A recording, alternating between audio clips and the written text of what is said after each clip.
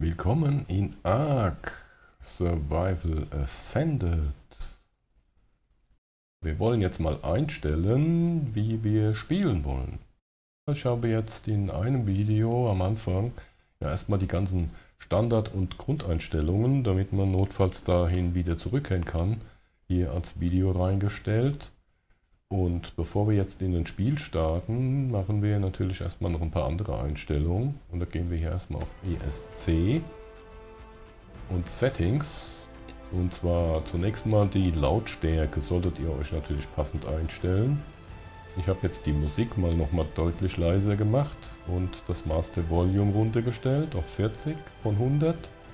Den anderen Kram lasse ich jetzt erstmal, das mache ich dann in-game, weil man kann ja im Spiel mit der ESC-Taste jederzeit in dieses Menü wieder rein und kann sich das dann nochmal genauer einstellen. Die Videoeinstellungen, die habe ich immer noch so gelassen wie direkt nach der Installation, weil da will ich nochmal auch ein separates Video drüber machen. Da werden wir uns erstmal überhaupt nicht drum kümmern, da überspringe ich das mal. Für das UI, das User Interface, ja, da wäre beispielsweise für euch mal interessant einstellbar, vielleicht hier die erweiterte HUD-Info könnte man toggeln.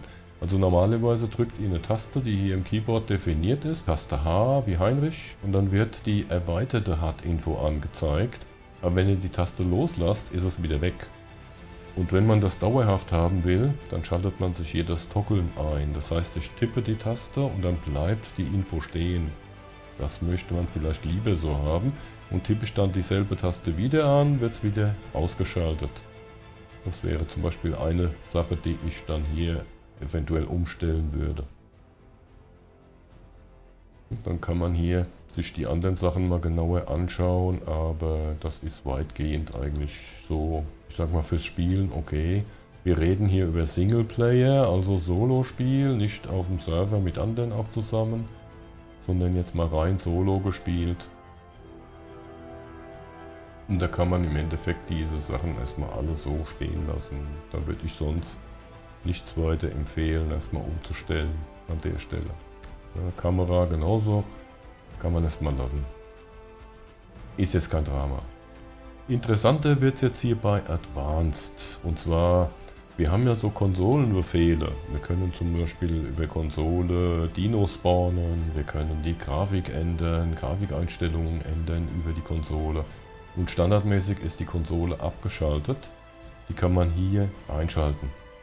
Legen wir hier uns auf On und dann haben wir unter Keyboard gegebenenfalls noch eine Taste zu belegen, die man dann eben einschalten kann, mit der man die Konsole dann aufruft und dann kann man den entsprechenden Befehl eintippen. Die Vibration habe ich mir ausgeschaltet. Ich mag keine Vibrationen in irgendeinem Bild, was da irgendwie zappelt oder so, genauso wie diese UI Vibration, die ist ja auch standardmäßig off, die lasse ich auch aus. Die Menümusik kann man deaktivieren, also was wir gerade als Musik hören im Menü, wenn die einen stört, man kann sie jetzt ausschalten. Disable On heißt, sie ist ausgeschaltet, dann gibt es keine Musik mehr im Menü. Sobald ich das speichere, ist die Musik weg.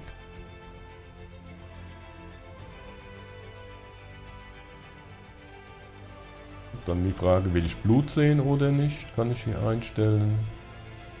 Voice Chat Filter, da kann man eben schlimme Worte ausfiltern im Voice Chat, wenn man Voice Chat hat, aber das haben wir ja nicht. Disable Loading Screen Music können wir hier nochmal machen, die kann man auch ausschalten, wenn sie einen stört. Im Ladebildschirm, die Musik, kann man die hier auch wegschalten. Kommen wir mal zum Keyboard, das ist jetzt eine Besonderheit. Ich habe jetzt Ark auf Englisch. Ich werde das auch auf Englisch spielen, weil ich traue der deutschen Lokalisation nicht. Nachdem jetzt schon ich gesehen habe, dass man hier, wenn man irgendwelche Tasten verändert, dass hier schon einiges nicht sauber funktioniert, weil nämlich jede Tastenänderung, die ich hier in der deutschen Version mache, überhaupt nicht wirkt, überhaupt nicht funktioniert, in der englischen schon. Ist die Frage, wie kann ich Englisch spielen? Und da kommen wir mal zu der Einstellung, wie man das machen kann. Und zwar gehen wir da mal in Steam. Und da haben wir unser Arc hier in der Bibliothek da oben, haben wir unser Arc und da gehen wir hier auf die Eigenschaften. Und da haben wir hier entsprechend ganz unten Startoptionen. Und da kann man hier das eintragen. Culture gleich EN. Wenn ihr mal wieder auf Deutsch wechseln wollt, dann ändert das einfach hier auf DE für Deutschland und dann anschließend das Spiel natürlich starten. Das sollte nicht gestartet sein und dann ist das Spiel in Deutsch. Solange hier EN steht, ist das in Englisch. Es gibt auch die Möglichkeit, auf der Festplatte eine INI-Datei zu ändern und dieses Culture gleich EN einzutragen. Für diejenigen, die kein Steam haben, es kann ja auch sein, dass jemand anders spielt. Wir haben hier unser Arc auf irgendeiner Festplatte, Steam Library, Steam Apps, Common, Arc Survival Ascended, Shooter Game, Saved Arcs Local, da bin ich gerade drin, das sind die Speicherstände. Und da gibt es hier unter diesem Ordner Shooter Game Saved einen Unterordner Config und Windows. Und da haben wir eine Datei, die heißt Game User Settings INI. Und wenn wir die öffnen und scrollen dann ganz nach unten, da steht hier möglicherweise drin Internationalization, heißt das. Und dann da Culture gleich EN ohne den Strich vorne dran, den man bei Steam macht. Deswegen sollte man allerdings auch nicht beides machen. Also entweder tragt ihr es hier ein, wenn ihr Steam habt, tragt es im Steam ein, weil das viel einfacher ist. Dann müsst ihr keine Programmdateien verändern, in dem Fall, für diese Sache. Ja, so kann man das hier eintragen, wenn man jetzt Steam nicht benutzt. Jeder, der Steam benutzt, würde ich die Steam-Variante empfehlen, weil man da viel einfacher drankommt und das schneller geändert hat auf Deutsch wieder, wenn man das nötig hat. Ja, ich speichere das jetzt auch nicht ab, weil sonst hätte ich das ja doppelt eingetragen. Ja, so könnte man das also in diesem Pfad, diese Datei ändern, könnte man das machen. Und so haben wir hier die Probleme, also mit unserer deutschen Installation schon mal in Bezug auf die Tastaturbelegung und Änderungen in der Tastaturbelegung. So, und ich habe hier für die Konsole zum Beispiel mir die Tab-Taste eingestellt. Als Beispiel mal. Für die erweiterte HUD-Info habe ich hier H eingestellt. Und für das Toggeln vom HUD die Backspace-Taste. Das kann man auch anders halten. Also ich hatte in der Vergangenheit das im alten Arc immer auf I. Und hier hatte ich die Taste H für HUD. Das wirkt wenigstens eben jetzt auch in der englischen Version, wenn ich das hier so eintrage und dann funktioniert das auch. Natürlich muss man hier unten auf Save tippen. Und das sind erstmal so die Einstellungen, die man machen kann. Konsole einschalten und hier Tastatur konfigurieren, aber eben in der englischen Version. Wenn wir dann ein Spiel starten, dann haben wir hier weitere Einstellungen, die wir machen können. Unter Mod Settings und Game Rules ist erstmal nichts zu machen. Hier könnte man jetzt einige Änderungen machen, wenn man halt sich selber ein bisschen stärker basteln will oder so, aber das muss nicht sein, das können wir mal lassen. Unter den Game Rules bei Creature genau dasselbe. Hier könnte man das Zähmen ausschalten, dass Dinos nicht gezähmt werden können oder dass sie nicht geritten werden können, wobei das irgendwie keinen wirklichen Sinn macht. Bei den Structures könnte man hier auch ein paar Sachen ändern. In der World, wenn man schneller Erfahrungspunkte sammeln will, wenn das schneller gehen sollte. Und das bezieht sich allerdings dann eben auch auf nicht nur auf den Spieler selber, sondern eben auch auf alles, also auch auf die Dinos. Dann könnte man hier höher gehen, zum Beispiel auf 3 oder 4, dann geht das noch schneller mit den XPs. Aber das geht jetzt in dem neuen Ascended, geht das sowieso ziemlich schnell, finde ich, im Vergleich zu vorher. Das ist jetzt hier eine interessante Sache. Allow Speed Leveling. Enables the ability to level movement speed in players and creatures. Ja, das ist wichtig, weil standardmäßig ist das ausgeschaltet. Das heißt, wenn ihr einfach so ein Spiel startet, dann könnt ihr keinen Level auf Geschwindigkeit geben. Ihr könnt euch also nicht schneller machen. Ja, das sollte man dann für die Flugtiere auch machen. Das ist die nächste untere Installation hier, Allow Flyer Speed Leveling. Das ist eben, dass ihr zum Beispiel auch AGs und so weiter im Speed, in der Fluggeschwindigkeit hochleveln könnt. Das sollte man also beides einschalten.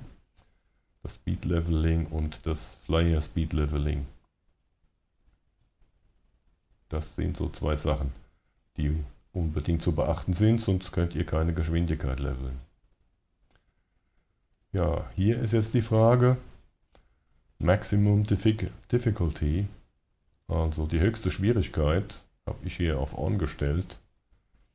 Ja, das erzwingt den Level für Dinos auf 150, egal welche Map steht da. Ja, und wenn das nicht das Maximum ist, kann man hier nochmal die Level mit einer Einstellung kontrollieren. Das habe ich mir hier mal auf 0,5 gestellt und da hatte ich dann schon gleich am Anfang ein Dreieck mit Level 145 vor meinen Füßen. Wenn wir Solo spielen im PvE-Modus, da sollte man hier natürlich PvE-Mode auf On stellen. Und Hardcore-Mode muss nicht unbedingt sein. Bei jedem Tod würde man wieder auf Level 1 zurückgesetzt. Wer natürlich das Hardcore machen will, darf es gerne einschalten. Also da hier für PvE schon mal PvE-Mode einschalten. Und wichtig eben das Speed-Leveling.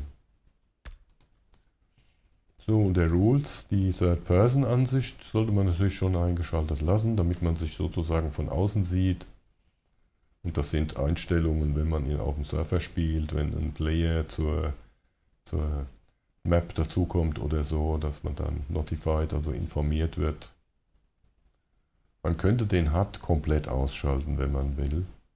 Das könnte man hier auf On stellen. Force No HUD On würde heißen, der HUD ist komplett ausgeschaltet. Keine Downloads von Servern sind hier alle off. Ja, PvP Gamma ist aus, ist eh nicht im PvE-Spiel, da ist eh wurscht, was man hier einstellt. Aber hier unten ist nochmal eine Einstellung Use Singleplayer Settings. Das sollte man dann auf On stehen haben. Das geht da um interne Statistiken. Und insofern ist das für einen Einzelspieler interessanter, wenn das auf On steht. Ja, man könnte die Lootboxen, die da überall so erscheinen, die könnte man abschalten. Ja, wenn man das auf On schaltet, sind die aus. Ja. Und das ist in einem Tribe vielleicht interessant, Friendly Fire einzuschalten. Im Moment ist Friendly Fire ein. Das heißt, man kann sich gegenseitig in derselben Tribe kann man sich abschießen. Das könnte man hier ausschalten, wenn man auf Servern eben spielt, wenn man einen Server einrichtet. Das ist da an der Stelle mal einzustellen. Ja, und dann, wir spielen PvE, deswegen, das ist hier oben ganz links daneben eingestellt und da kann man hier noch ein paar andere Sachen konfigurieren. Zum Beispiel Zeiten. Das ist ja hier mit Tooltips relativ gut erklärt, in Englisch allerdings und nicht in Deutsch. Kann man hier abschalten. Man sollte das Bauen in Höhlen erlauben. Das ist dann Cave Building On, sonst kann man in der Höhle nichts bauen. Und das ist manchmal sogar notwendig in der Höhle, um an ein Artefakt ranzukommen, das man da bauen kann. Hier können wir beispielsweise noch einstellen, dass eben fliegende Dinos oder auch Vögel wie ein Argentavis, dass die eben auch andere Dinos tragen können. Das kann man noch ausschalten. Das sollte auch auf Ein stehen. Ja, und dann kann man hier so noch einschalten, dass man keine Krankheiten haben möchte. Die kann man einschalten, dann auf On, dann kriegt man keine Krankheiten. Oder nicht permanent kann man auf Off stellen, dann hat man permanente Krankheiten. Und hier erlaubt man dann eben das Fliegen in Höhlen. Hier unten. Allow Cave Flyers, das sollte man dann auch auf On stellen, wenn man zum Beispiel mit einem Ptera in eine Höhle reinfliegen möchte. Und dann haben wir hier World.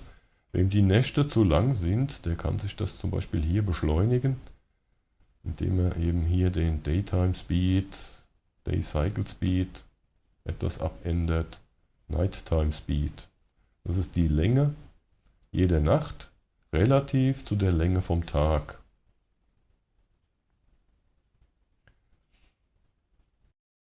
Lowering this value increases the length, steht hier. Also wenn man die Zahl verringert, wird die Nacht länger. Und wenn man die Zahl erhöht, wird die Nacht kürzer. Also wer kürzere Nächte haben will, der geht dann hier vielleicht hoch auf 3. Man kann eben auch mit der Hand hier andere Werte eintragen. Zum Beispiel 4. Obwohl der Schieberegler nur 3 erlaubt, aber das war im alten Arc auch schon immer möglich. Da kann man sich die Nacht noch kürzer machen, wenn man Nächte nicht mag.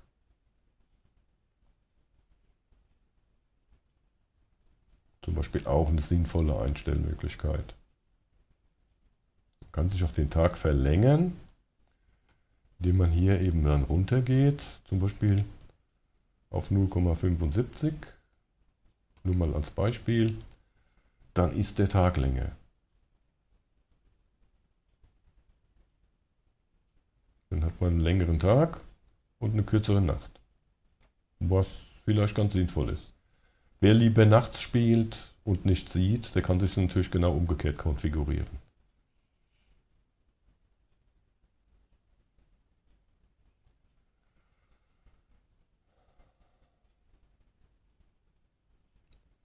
So, die anderen Einstellungen würde ich erstmal so im Standard lassen.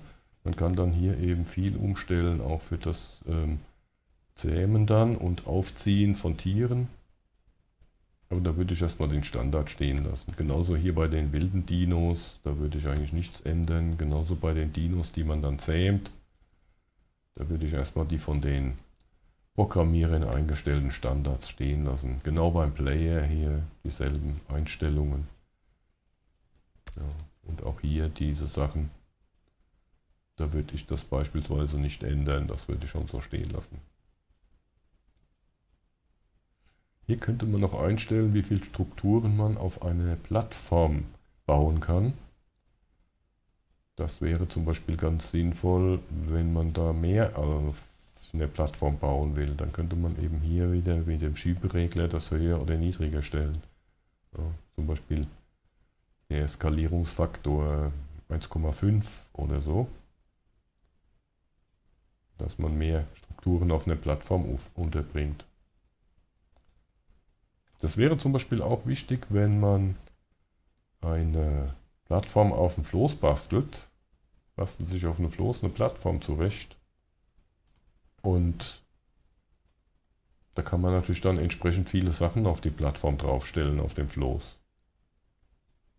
Hier ist die Qualität vom Fishing Loot, also was man, wenn man fischt. Und die Qualität von diesen Airdrops, genau, die Airdrops, die da runterkommen, immer Great Loot Quality. Und was für ein Skill-Bonus es fürs Crafting gibt, solche Sachen.